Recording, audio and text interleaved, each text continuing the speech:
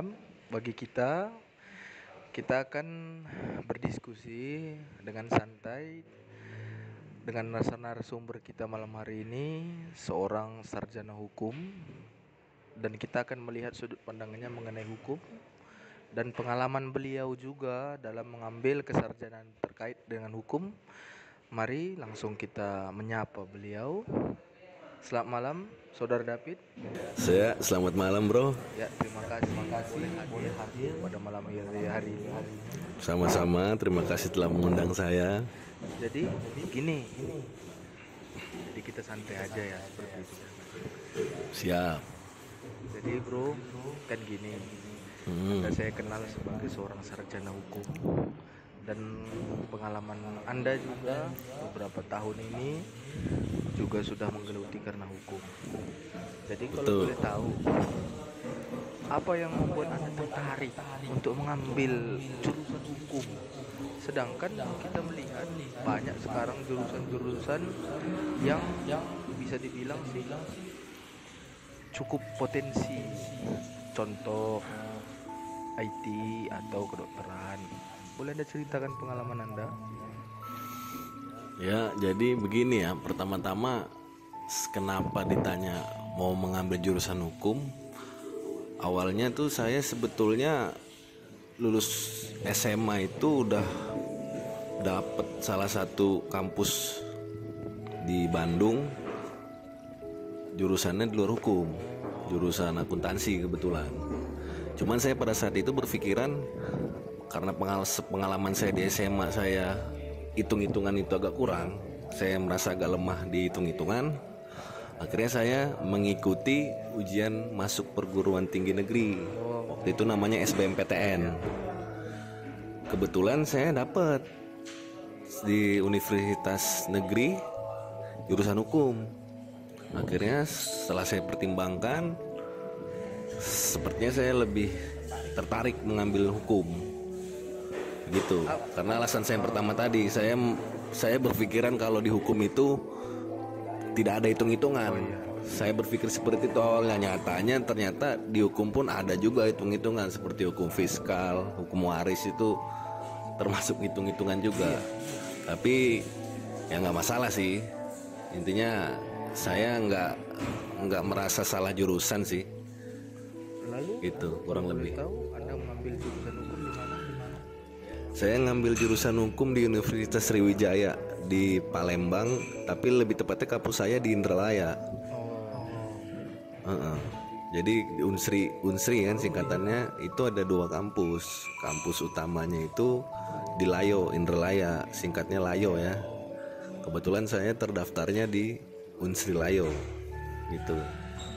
Terjun ke dalam dunia hukum, dan mungkin pengalaman Anda juga sudah banyak, entah dari segi studi atau dari segi praktis. Nah, Anda melihat sekarang setelah Anda memasuki jurusan hukum nih, kan banyak orang beranggapan bahwa hukum di Indonesia ini terkadang tidak adil, karena gitu. Yang kedua, banyak bagi kami ini orang-orang yang luar ya, banyak yang mengatakan bahwa hukum di Indonesia ini bagi orang-orang yang tidak punya daya atau tidak punya jabatan, tidak punya uang, dia merasa tersisihkan. Makanya ada pernyataan bahwa hukum itu tajamnya ke bawah, tumpulnya ke atas. Nah, bagaimana pandangan Bro David untuk boleh menjelaskan itu? Karena pengalaman Anda mungkin sebagai orang dalam di bagian hukum, ya boleh untuk menjelaskan kepada kami nih yang belum tahu. Silakan. Jadi gini, bro, sebelumnya saya lulus itu, saya mau cerita agak ke belakang jauh nih sebelumnya nih. Silakan. Karena kebetulan menurut saya pertanyaan Bro Ekel ini agak berat. Jadi tadi pertanyaannya kenapa menurut saya ada kawan-kawan ya di luar menurut kenapa ada statement hukum itu tumpul ke atas, tajam ke bawah, seperti itu ya. Sebetulnya itu kalau menurut saya itu apa ya, bukan orang hukum pun saya rasa sudah paham lah hal-hal seperti itu ya.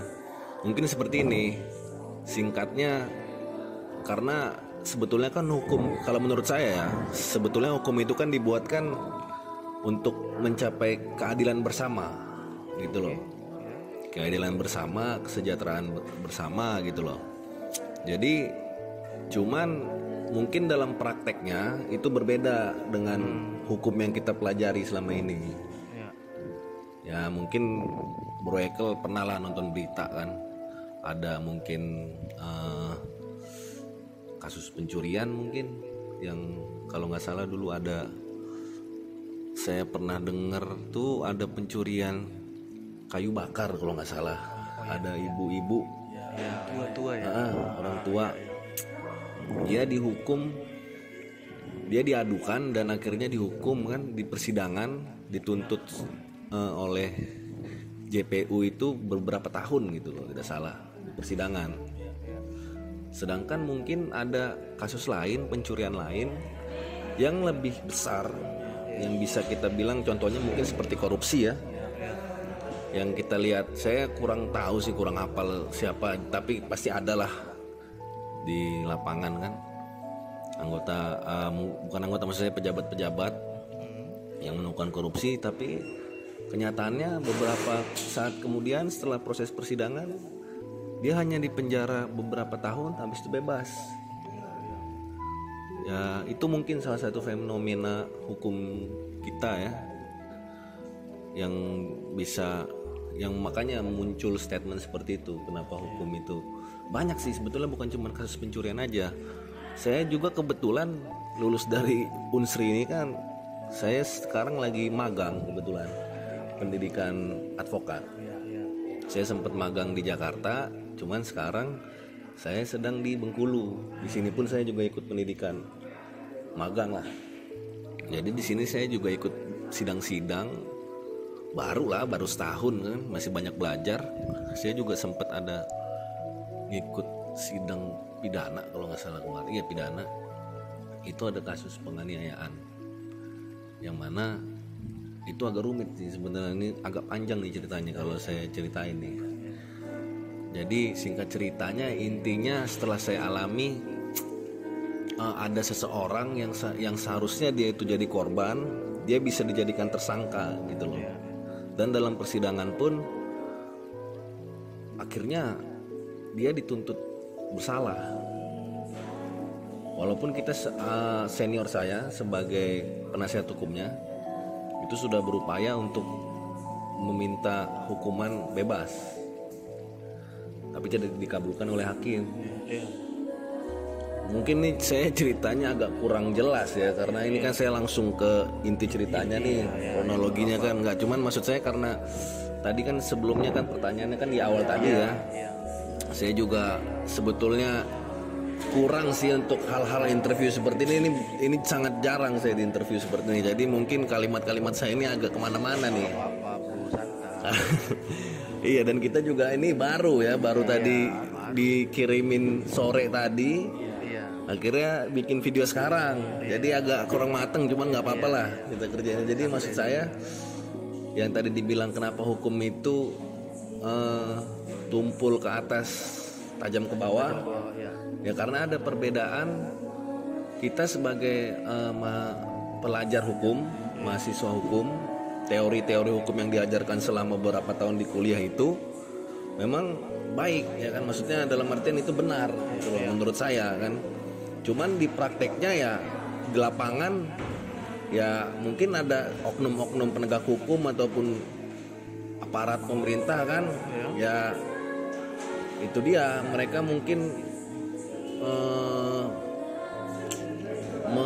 melewati batas kewenangannya lah, seperti itu mungkin, kurang lebih itu menurut saya ya. Saya juga sebetulnya masih banyak belajar tentang hukum, jadi mohon maaf nih kalau ada salah kata nih. Pertanyaan itu yang saya tangkap ya, kenapa hukum itu maksudnya tidak sesuai ya, bagaimana tadi? Melebihi wewenang. Jadi kalau melebihi wewenang itu seingat saya waktu zaman kuliah itu ada namanya hukum administrasi negara ya. Itu tuh hukum yang mengatur wewenang para pejabat. Nah, Kenapa dia bisa melebihi wewenangnya? Ya berarti dia melakukan pelanggaran HAM tadi. Terus kan itu kan berdampak pada, ya pasti otomatis masyarakatnya dong. Ya seperti itulah. Jadi begini, kalau yang menurut saya hukum ini, saya mengutip pernyataan dosen saya nih. Jadi dia berkata seperti ini. Saya ingat banget waktu saya kuliah.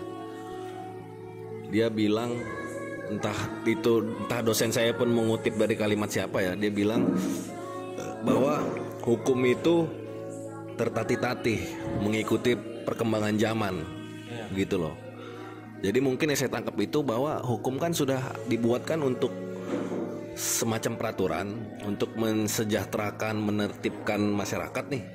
Karena kan tidak ada definisi satu dari hukum itu loh, cuman banyak definisi kan. Nah, jadi kenapa banyak hal-hal yang menyeleweng segala macem lah itu kan? Mungkin ya karena mereka ini sudah punya hak dan kewajibannya, tapi pada saat di lapangan mereka menemukan ada celah nih.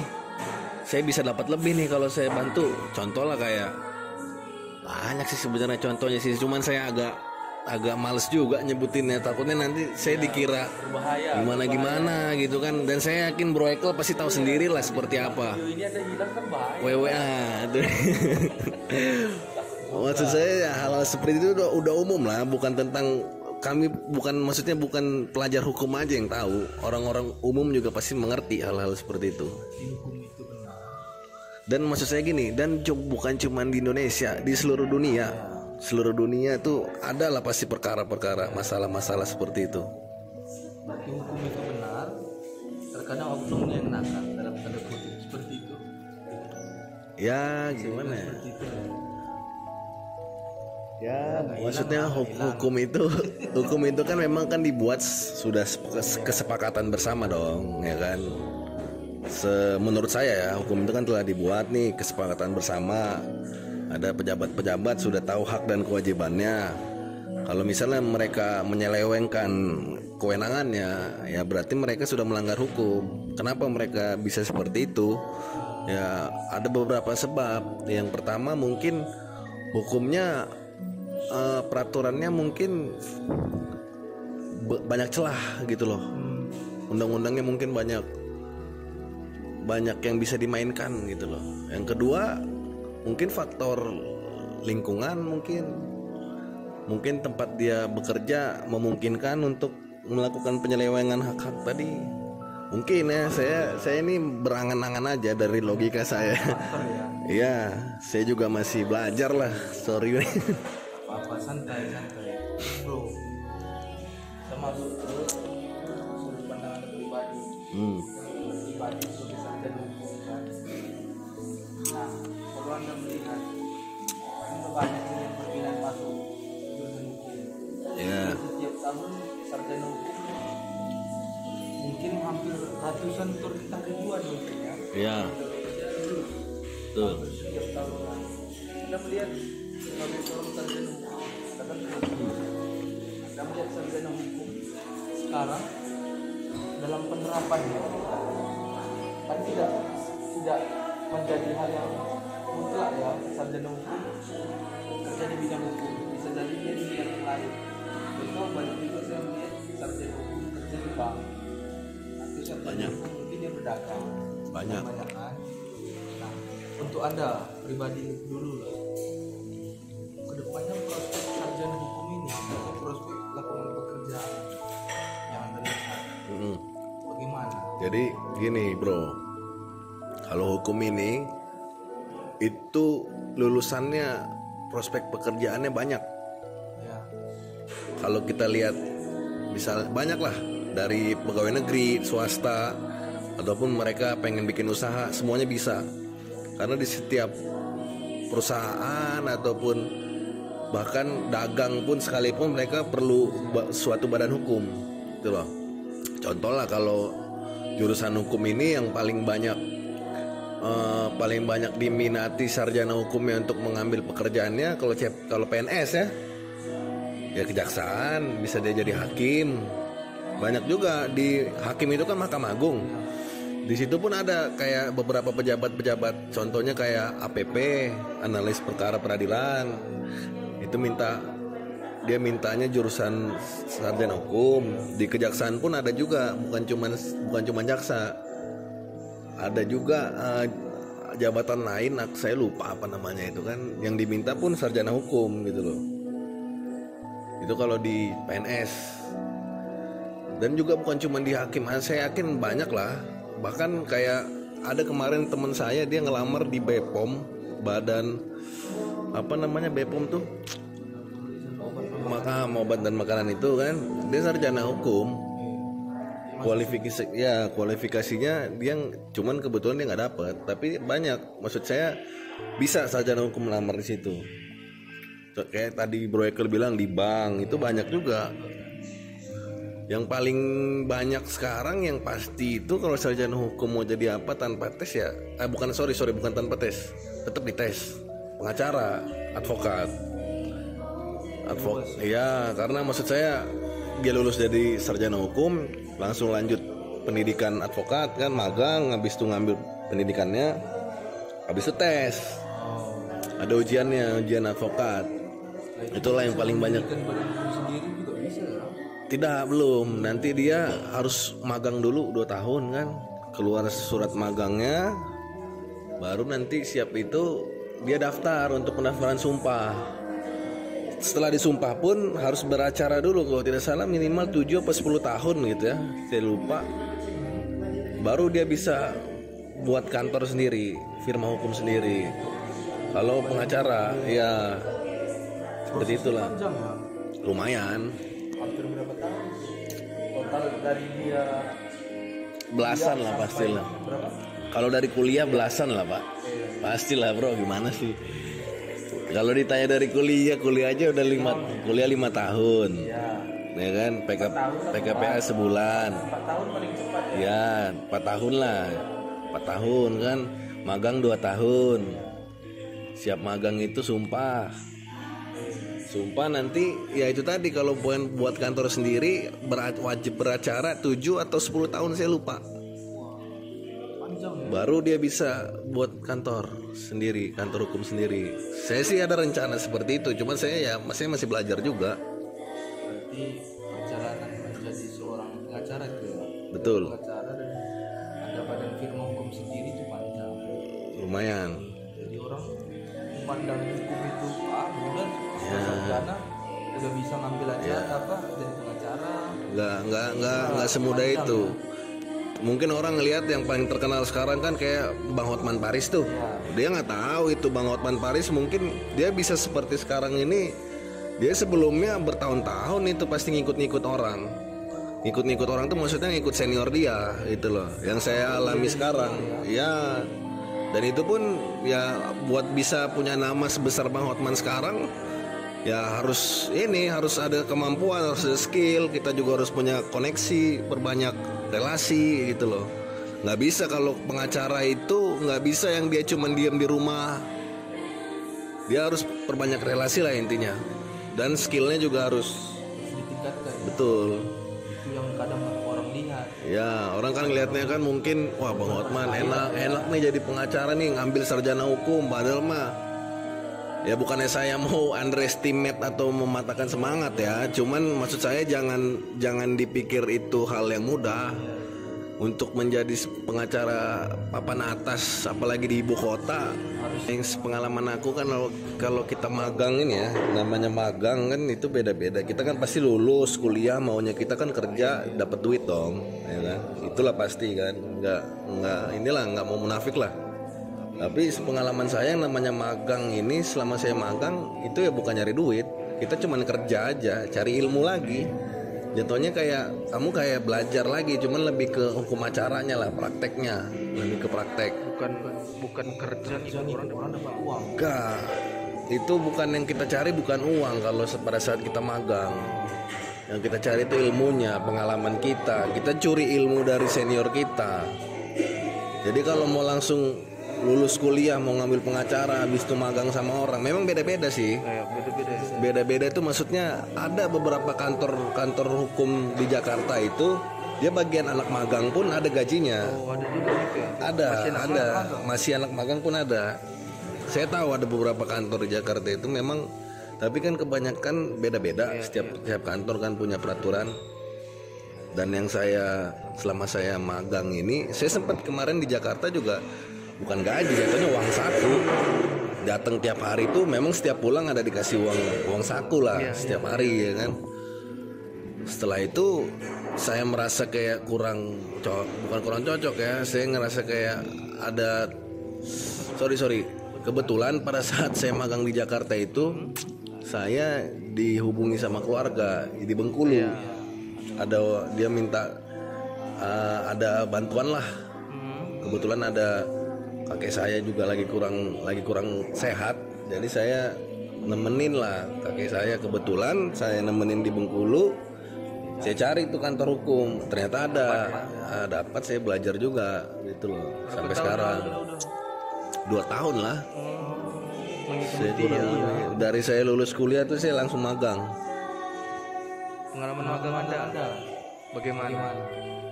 Suka dukanya?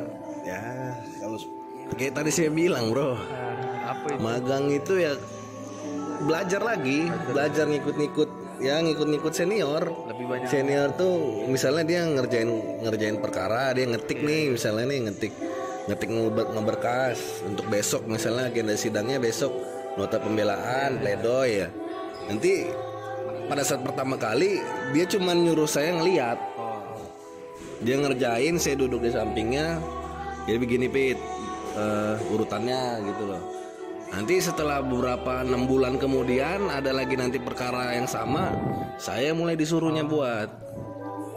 Memang saya masih ngikutin draftingnya beliau ya kan, tapi ya Berarti udah mulai. terus juga sidang-sidang ya, seperti saya ngeliat lah, nonton sidang seperti itu. Pendampingan juga ada pendampingan. Biasanya kalau pendampingan kita kan di tingkat kepolisian itu ada tuh. Di pengalaman lebih kepada pengalaman yang didapat ya. Ya. Bukan soal materi. Tidak. Harapan Anda untuk penerapan hukum di Indonesia dan juga harapan Anda ke depannya untuk para sarjana-sarjana hukum. Harapan saya untuk para sarjana hukum yang masih belajar. Dulu bro. Oh, hukum dulu. Harapannya dulu, sarjana nanti dulu. Aduh, saya nggak gimana ya, dibilang berharapan juga. Ini sama penonton dulu. Apa harapan Anda? Saya nggak, sejujurnya harapan saya semoga hukum di Indonesia dapat dapat berjalan lebih baik lah.